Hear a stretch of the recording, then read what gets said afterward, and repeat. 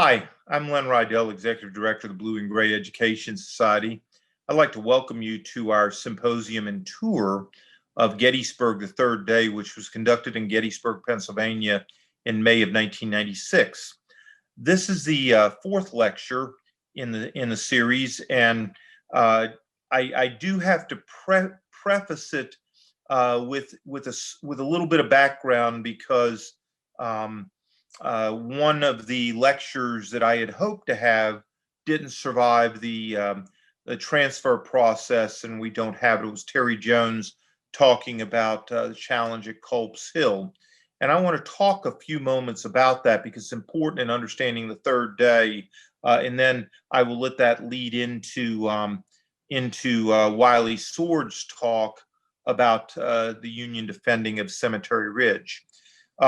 It's been said, and I'm not presuming that all of you have a sophisticated understanding of the Union defenses and the Confederate deployment at Gettysburg and how the battle unfolds. But what is interesting and is important to know, if you look at a map of the Battle of Gettysburg and look at the configurations of lines, you find that because Lee had been operating in Pennsylvania and had dispersed his three corps, who were as much as 50, 60 miles apart, when he brings them back together, the Federal Army, which is kind of like a fist driving up into a bag or a plastic bag, has pushed into this perimeter of security that Lee has, and Lee is bringing down and collapsing and taking the air out of his wide field of operations, bringing it down to Gettysburg. And doing so,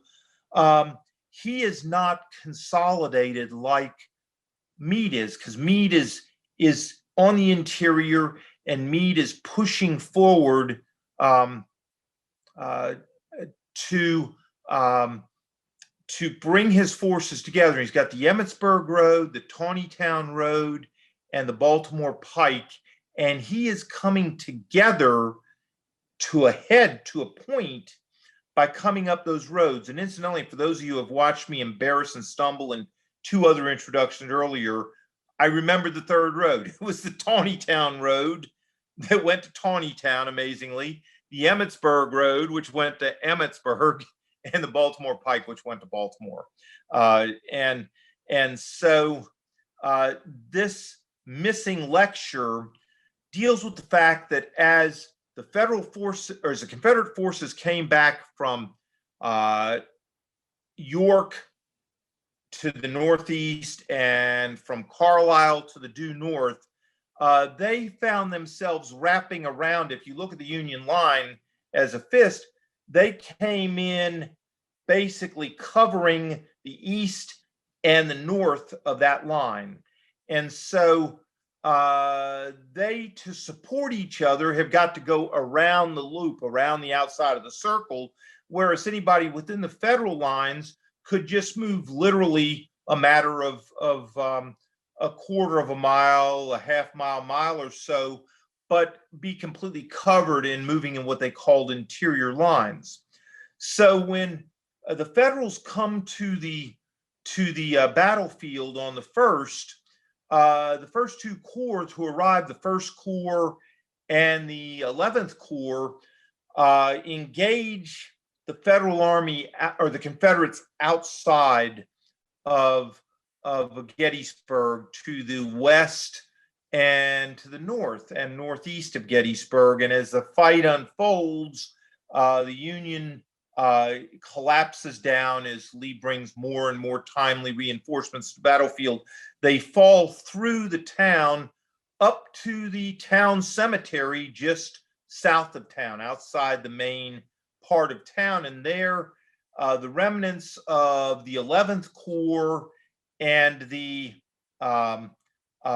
First Corps find themselves on the high ground within the cemetery and on the forward slopes of Cemetery Hill, and then falling back and spreading out towards the south along Cemetery Ridge, which is a spur that comes off the large circular. Cemetery Hill is a conical hill, it's a circular hill.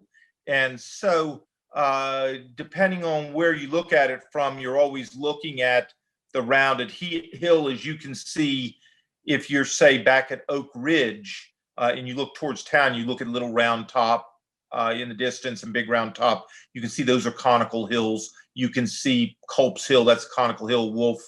Wolf's Hill, they're conical. So you can see the nature of the ground there.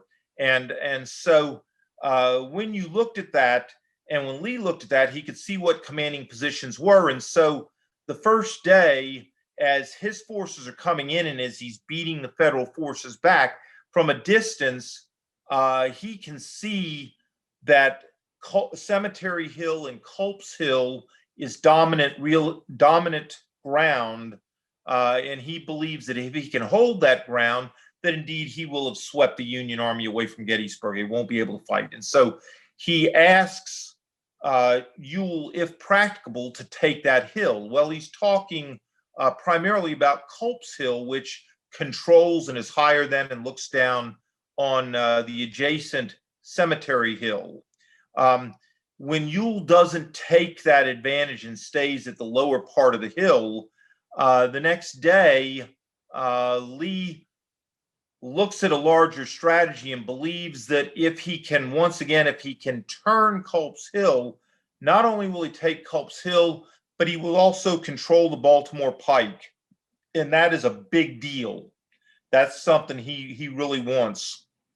And so he sets up an effort to attack Culp's Hill, but he can't get the attacks coordinated between Ewell's command north of town and James Longstreet, who is the last one to the battlefield because he was the last one into Pennsylvania.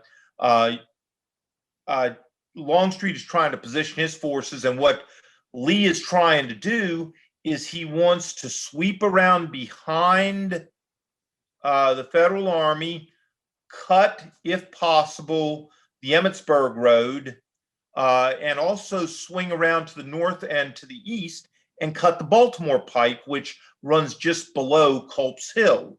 If Lee can do that, he's now cut me down to only having one road as a lines of retreat and communication, and that's going to be vulnerable as well. So strategically thinking, Lee has got a good plan. He knows what he wants to do. And so the talk that you're not hearing, because we couldn't get it, was Lee's second major effort to carry and turn the Federals out of position at their stronghold at Cemetery Hill. Culp's Hill had been partially carried. The lower saddle, Culp's Hill, if you've been there, has an upper hill and a lower hill and a saddle in between. The Confederates had assaulted the hill, had carried the lower hill, but had not taken the higher hill. George Green, old Pops Green, had held the high ground and had built earthworks there on Culp's Hill. The only earthworks that are on the Gettysburg battlefield are still there, greatly knocked down, but they're still there, worth looking for. And so that night, Lee wants to make one effort to see if he can shatter the Union Army. And so just at dark, just after dark, the Second Corps directly attacks Cemetery Hill, an area that today is used to be a Holiday Inn. There's a big water tower you can see, which is a landmark of Cemetery Hill. The iconic gate, Cemetery Gate, the high ground with all the monuments and everything. The presidential and some of the stores down the Baltimore Pike as it sweeps up and past the Gettysburg Tour Center, and I think it's the Hotel 1776 or 1863 now. It used to be the Holiday Inn. You have the Farnsworth House, um, another really fine, another fine building. I've got Bradfordton Inn on my mind, but it's not the Bradfordton Inn. It was another um, uh, um, bed and breakfast kind of a place that people in the time of Civil War could stay just outside of town. Has outstanding food now. Name will come to me again in a second. But all that area was cleared and stuff because you were outside of Gettysburg at that time. And indeed, if you want to get a sense of where Gettysburg is, when you go to the Farnsworth House or something, you can see the brick wall there that is just pockmarked with bullet marks from the fighting that took place, with people firing as the Confederates came out of Gettysburg towards the bare land, moving up towards the Jenny Wade house, which was outside of town, and so forth. But all this land was bare territory that would fight up. And so the night of the 2nd, Lee makes an effort to carry Cemetery Hill, because if he can do that, he cuts. He'll by definition he'll then be able to take Culp's Hill, and from Culp's Hill and Cemetery Hill, he can sweep the remainder of the Federal line, which runs down along the ridge known as Cemetery Ridge and runs all the way down towards the Round Tops. He'll be able to sweep them with artillery and perhaps even turning the Federals out of the position and shattering them.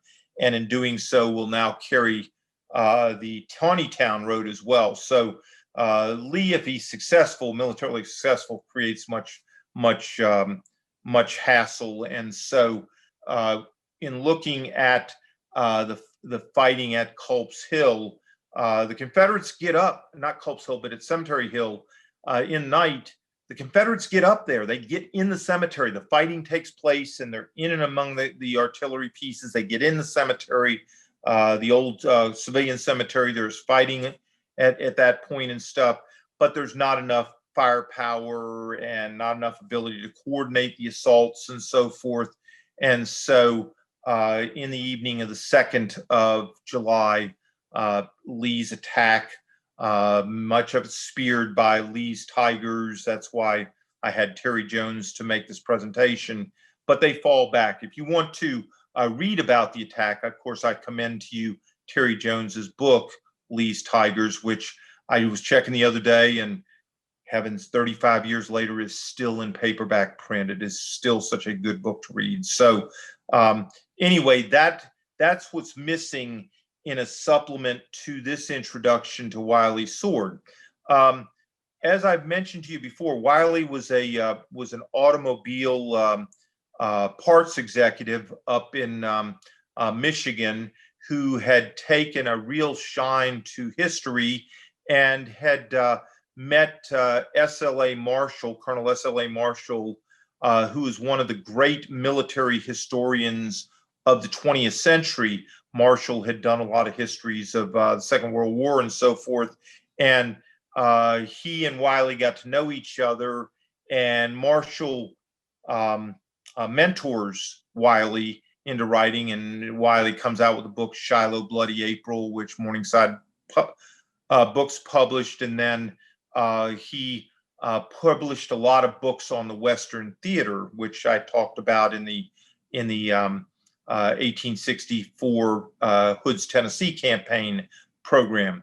The reason he's here today and for this talk was that Wiley had also commenced a series. Wiley was a collector, and he collected all sorts of Civil War armaments, guns, pistols, other memorabilia, and his collection was fabulous. And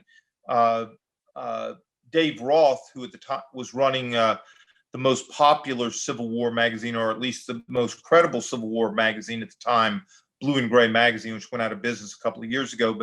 But Dave offered a scholarly look at the Civil War, and was particularly fascinating in offering his general's tours, which if you have the opportunity to pick up Blue and Gray magazines, and the name of it is Blue and Gray magazine, don't be fooled by other impressions, but Blue and Gray magazine, the general's tour over 20 years time produced tons and tons of road maps and descriptions and everything that would help you as an amateur do and visit and see the most salient points on all the different battlefields that Dave chose to highlight in his series. And in doing that, Dave Roth built supportive narratives and stuff. And in talking to Wiley Sword, he found out that Wiley not only had artifacts, but he also had tons of letters and stuff that he had collected, many of them very historically significant letters. It's a very expensive hobby collecting things at this level. But what fascinated me endlessly were letters that he had about this, and the fact that he also had Alexander Webb's pistol from the provenance was that Webb was wearing this pistol as he defended the high water mark on July the 3rd. So it was talking about the overall defense of Cemetery Ridge that I asked Wiley to address, personalizing it with some of the stories that he had. So it's been a lot of years since I've seen and heard this, but Wiley's very measured in his presentations, soft-spoken, but very, very fascinating in what he has to say. So sit back, relax, and enjoy Wiley Sword's presentation on the Union defense of Cemetery Ridge.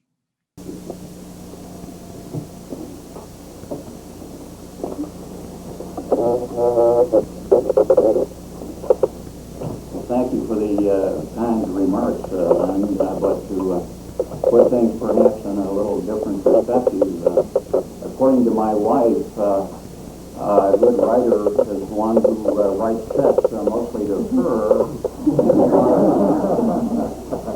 As far as a weapons expert, as far as she's concerned, a weapons expert is one that pushes a vacuum cleaner around the house. And as far as the name Sword, of course, she considers that in terms of being an expert in the kitchen, peeling potatoes, nothing of that. But anyway, I appreciate the opportunity to be here and an opportunity to talk about one of my favorite Civil War personalities, Alexander Webb. On Wednesday, June 24th, 1863, exactly 1 week before the Battle of Gettysburg, 28-year-old Lieutenant Colonel Alexander S. Webb, United States Army, pondered his unpromising future. Mired in a rather low-profile staff assignment as Inspector General of the Army of the Potomac's Fifth Corps, Webb confided in a letter to his wife, "I'm a little homesick and disgusted." He had just learned of the promotion to Brigadier General of several officers who had been his junior in rank. As usual, the War Department appeared to have ignored petitions for Webb's own promotion. Accordingly, Webb believed he had been too closely connected with Generals McClellan and Porter to expect any of this administration to help me. In fact, he was embarrassed to tell his wife that one of my West Point pupils, Adelbert Ames, had just been made a Brigadier General in the 11th Corps. This had occurred despite a recommendation for Webb's own promotion to the same vacant post based on his gallant conduct at Chancellorsville. As for the Brigadier Generalcy, that has floated by. No hope of that, he complained to his wife on that memorable June 24th. Webb then bitterly added, "They sent 2 other brigadiers appointments here today. So do not be worried. They left me out." It all seemed to be an incredible streak of bad luck. A few days earlier, Webb had gloomily written to his father, "I am willing to retire and take a soft flank as soon as possible." Now, to his wife on June 24th, he announced, "If you could live by it, I might drive a clam cart around Taneytown, New Jersey it would be about as desirable as this. For the man upon whom the burden of one of the Civil War's greatest crises would fall, this was a most unlikely situation. Andy Webb, as his family and friends liked to call him, was already an enigma in the Army. Having served through the first 2 years of the war with a reputation for good combat performance, Webb had been given several strong letters of commendation, yet important personal success had eluded him. The son of a prominent New York newspaper editor whom President Lincoln had appointed minister to Brazil in 1861, Andy Webb had graduated from West Point in 1855. Yet his pre-Civil War regular Army career had been lackluster. There were 3 tedious years of duty at West Point as a mathematics instructor, then 10 months of service in the swamps of Florida. Anticipating more exciting duty, following the firing of Fort Sumter in 1861, Webb had eagerly returned to Washington, D.C. in June. Yet at the first Bull Run, Webb had been with a reserve battery and was not engaged, even though he was caught up in the disorderly retreat. During the Peninsula Campaign of 1862, Webb served as an Inspector General with the rank of Lieutenant Colonel on the staff of Brigadier General William F. Berry.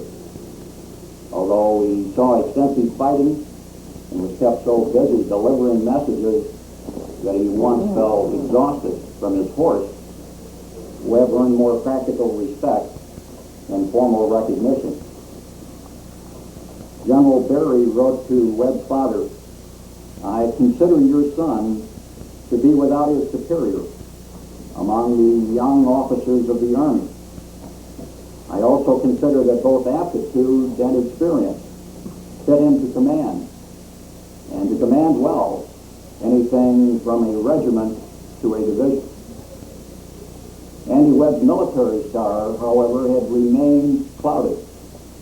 He continued on staff duty, becoming Chief of Staff to Major General Fitzjohn Porter of the 5th Corps in September 1862. This assignment only seemed to lead to further difficulty as a duly recognized member of the McClellan faction. By the end of 1862, following McClellan's and Fitzjohn Porter's removal, Webb seemed to be ensnared in a spider web of political disfavor. Although he conspicuously led Tyler's brigade to the relief of the 2nd Corps at Chancellorsville and received high praise for it, there was no promotion. Accordingly, in late June 1863, in the hour of approaching crisis during Lee's invasion of Pennsylvania, Webb was so depressed as to seriously consider resigning from the Army.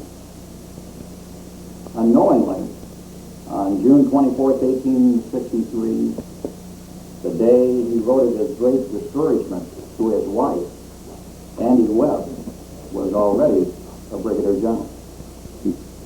4 days later, on Sunday, June 28, Andy Webb learned that his immediate commander, Major General George G. Meade, had been made commanding general of the Army of the Potomac. More importantly, that very same day, to his complete surprise, Webb received his commission as Brigadier General of Volunteers dated June 23rd.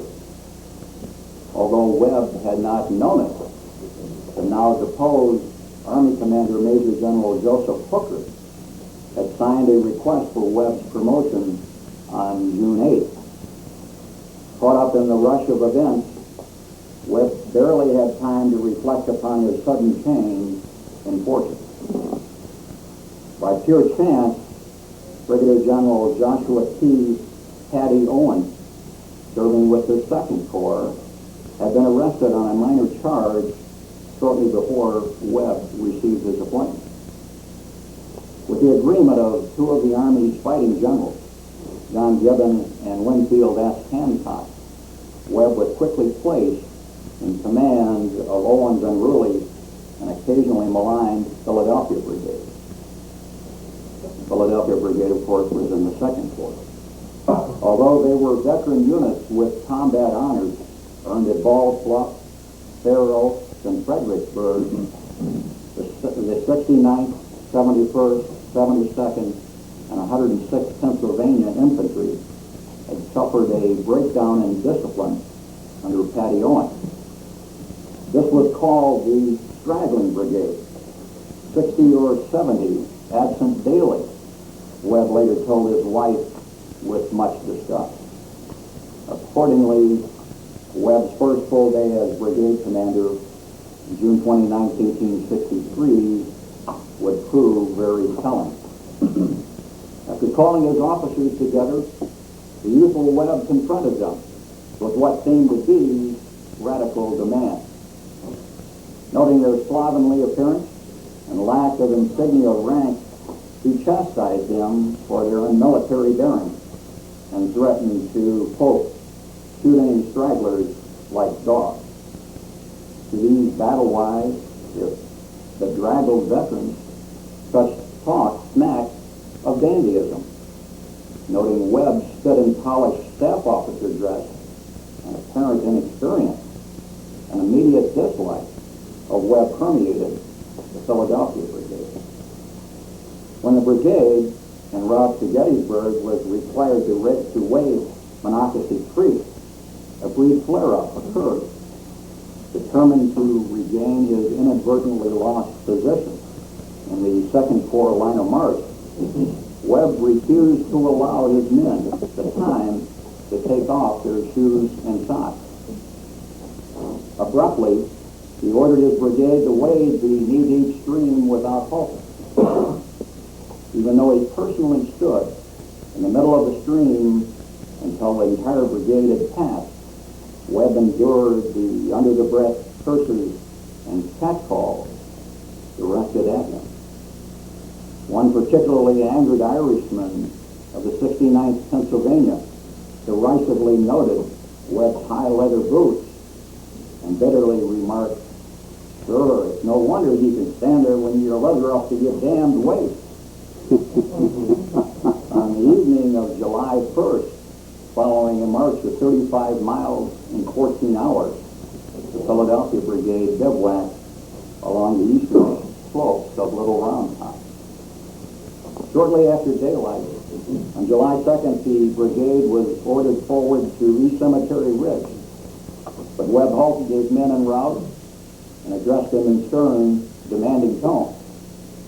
They would now be called on to defend their native state, announced the grim, steely-eyed Webb, and each man would be expected to do his duty. In fact, he would personally shoot anyone leaving the ranks, just as they could personally shoot him if he neglected to do his duty. They had a commander who was determined not to fail, nor allow his men to fail, the aroused brigade commander asserted. With these solemn words ringing in their ears, the Philadelphia Brigade marched off to Cemetery Ridge and military immortality. As a vital part of General Meade's Fishhook line at Gettysburg, Gibbon's 2nd Division held what amounted to the lower Shank segment, being deployed along the low, rocky ridge that extended south from the town cemetery. Gibbon's assigned front ran for about a half a mile, with Webb's portion covering nearly 200 yards in the middle of the division line. As the men quickly observed, there was little natural cover to disguise the meager features of the terrain. A low stone wall, 2 or 3 feet high, ran helter-skelter along the ridge, but it was minimal protection for an infantry line. Webb soon ordered artillery fire zone cleared along the gentle downslope, which led to the felling of a few sparse trees. Only a prominent clump of umbrella-shaped trees now remained along the skyline at the center of Webb's line. The men did not entrench because the ground was too rocky and tools were lacking. Also, since the ridge was very low, the position lacked good natural military strength. Indeed, Webb's men learned firsthand on the afternoon of July 2nd just how vulnerable their ridgeline was. Wright's Georgia Brigade, attacking obliquely across the Emmitsburg Road, overran the Rhode Island battery, which was posted on Webb's immediate left flank, and pushed to within a few yards of the ridge's crest. Called on by Hancock to counterattack, the 106th and 72nd Pennsylvania from Webb's line rushed forward and forced the Georgians to retreat. Webb was with them throughout the fray. Then, when Wright's men broke, he and his soldiers let loose with the wildest shouts and yells. Yet as this lone Georgia Brigade had shown, the Union position along Cemetery Ridge was vulnerable to a strong attack. The night of July 2nd was eerie and almost forebodingly quiet, the full moon illuminating the wreckage of 2 days of grim fighting. This uneasy quiet remained until past noon on July 3rd. Although camp rumors were rife during the morning of July 3rd, Webb's tired troops seemed mindful of only the glaring sun's oppressive heat and remained idle, merely watching and waiting. Webb himself seems to have been little concerned and probably spent much of the morning chatting with his officers. He was admittedly basking in the glory that he had won on July 2nd, when he had lost his horse shot during the attack of Wright's Georgians. This affair, Wright's assault, was thought to be a very brilliant affair, he informed his wife a few days later. For we did not know how much more severely we were to suffer. As such, Webb remained at his makeshift headquarters tent and perhaps spent a little time checking his personal sidearms, especially his Colt Model 1851 Navy revolver, the gift of Samuel Colt 2 years earlier. About 1:10 p.m., a lone signal gun was fired from the Confederate position along Seminary Ridge, diagonally across the valley from the 2nd Corps position. Immediately, the whole Seminary Ridge line seemed to explode with cannon fire. On Cemetery Ridge, everyone was quickly jarred from their idle status. The air above and around us was suddenly filled with bursting shells, observed Division Commander John Gibbons. 142 cannon from 40 batteries had begun pummeling the Union lines on Cemetery Ridge, with about half directing their fire toward the 31 Union guns visible near the landmark clump of trees. Gibbons, who had been lunching at his headquarters behind the lines, jumped to his feet and rushed over the crest of Cemetery Ridge to witness the most infernal pandemonium it has ever been my misfortune to look upon. At Cushing's Battery A, 4th U.S. Artillery, just north of the clump of trees, Gibbons found Andy Webb seated on the ground near the guns as coolly as though he had no interest in the scene. Yet, to Webb, the cannonade was awesome. It was terrible, he wrote a few days later. I have been through many battles in all sorts of places, under all fires but never have I heard such cannonading. Although he was struck 3 or 4 times with flying stones during a bombardment, Webb kept his composure. When the tremendous fire continued unabated for more than an hour and a half, he was once seen standing amid the den, leaning on his sword and smoking a cigar. Entreaties from several of his men to take cover went unheeded. Webb stood like a statue, watching for the movements of the enemy, wrote an eyewitness. Actually, Webb was probably as frightened as the rest of his men. Yet his courage and determination remained firm. He candidly explained to his wife a few days later, quote, "My men did not know me. It was necessary to establish myself. They were made to feel that I ordered no men to go where I would not go myself." Throughout the intensifying crisis, Webb's resolute personal commitment was evident in his actions. Andy Webb needed to prove himself worthy of his new start. He simply made up his mind that he would die before betraying the trust that the government had placed in him. Shortly past 3 p.m. on that fateful July 3rd, Pickett's Division, Heath's Division, and 2 North Carolina brigades of Pender's Division swept into the bright sunshine and formed into 3 main lines.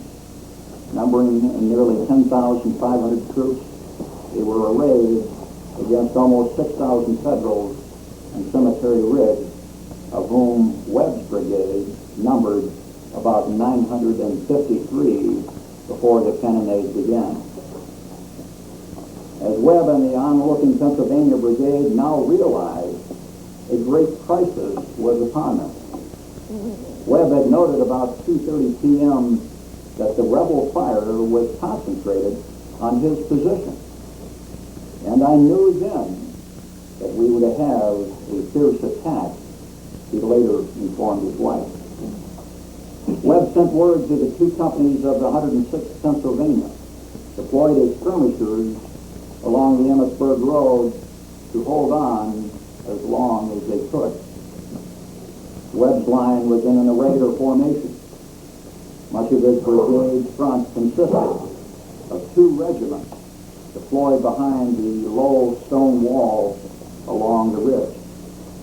Here the 69th Pennsylvania held a portion in front of the clump of trees, being adjacent to the 71st Pennsylvania, which lay along the wall to their immediate right and extended through a step in the wall higher up the slope.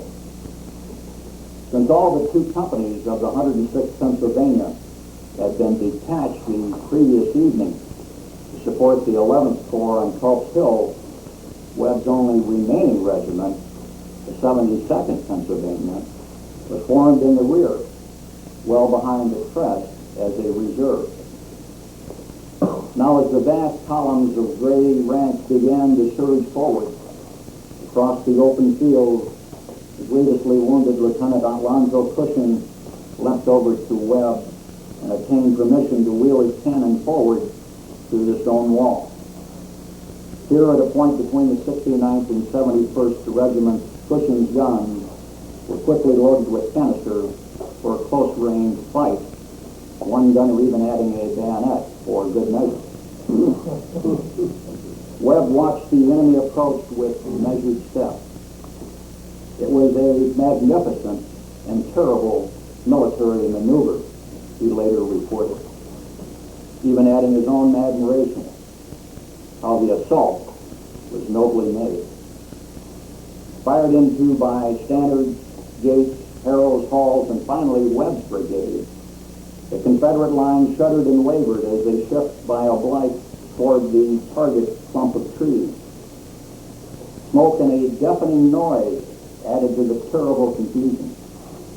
Still, on they came, crowding a little on the front, but as steady as rock, noted one of Webb's wide-eyed riflemen. Due to the heavy artillery and small arms fire, the gradually dissolving Confederate brigade formations began crowding northward in one solid mass, from 15 to 30 men deep. Above their ranks waved perhaps a dozen red St. Andrew's Cross battle flags. In all, about 3,000 or more Confederates had crowded directly in Webb's front. Under the urging of Brigadier General Richard B. Garnett and others, a gradual gathering movement began toward the low stone wall adjacent to the clump of trees. Here, for the first time, the wild, eerie rebel yell rose above the din of battle, and the gray ranks pressed swiftly forward. Amid Webb's ranks, all became chaos. The 69th Pennsylvania began to give way along their right flank, near Cushing's gun. As the rebel ranks approached, we could see their faces and hear their officers, wrote an excited Union rifleman. It was almost too much for human nature to stand, we later wrote. We began to leave our cover, not because the enemy was upon us, but because it seemed impossible to save it. Yet most of the 69th soldiers that fell back went diagonally toward their left rear into the clump of trees. In the wake of their departure, the 71st Pennsylvania, now directly in front of the Confederate spearhead, also began to break up. Already Lieutenant Cushing had been killed beside one of his guns, and his battery was all but deserted. Webb, furious that his line was giving way, ran to the 72nd Pennsylvania just behind the crest of the ridge and attempted to bring that regiment forward. Frightened men from the front line were breaking through the 72nd's ranks, and Webb angrily flailed at a fleeing artilleryman with his sword. Although the 72nd Pennsylvania had been slowly edging forward, they now suddenly stopped. Despite Webb's repeated, urgent shouts, they refused to go farther and only continued to fire into the enemy in front. Meanwhile, a handful of Confederates already across the stone wall suddenly saw this new Federal line, and many began to drift back behind the protective wall. Andy Webb, noting the enemy's hesitation and believing that the battle's impetus hung in the balance, he again attempted to lead a countercharge. Yet in the deafening noise and smoke and confusion, no one seemed to hear his orders. Webb ran to the 72nd color bearer and tried to grasp the flag to carry it forward. The excited color bearer misunderstood what was intended and wrestled with the general for possession of the flag. Entreaties, gestures with his sword, and personal example. Nothing seemed to work for Webb. The 72nd remained stationary on the crest, suffering heavy casualties. I was almost disgraced, said the exasperated Webb. Indeed, precisely at that critical time, Brigadier General Lewis Armistead, familiarly known to his men as Old Low, pushed his way through the milling throng of halted Confederates. Placing his old black slouch hat on the tip of his sword, Armistead crossed the low stone wall and shouted to his men, "Give 'em the cold steel." This was the pinch, admitted a bewildered enlisted man of Webb's brigade. Behind Armistead, a mass of gray poured over the wall and surged among Cushing's guns, their red battle flags waving in seeming triumph. Andy Webb was now seething with anger, feeling personally humiliated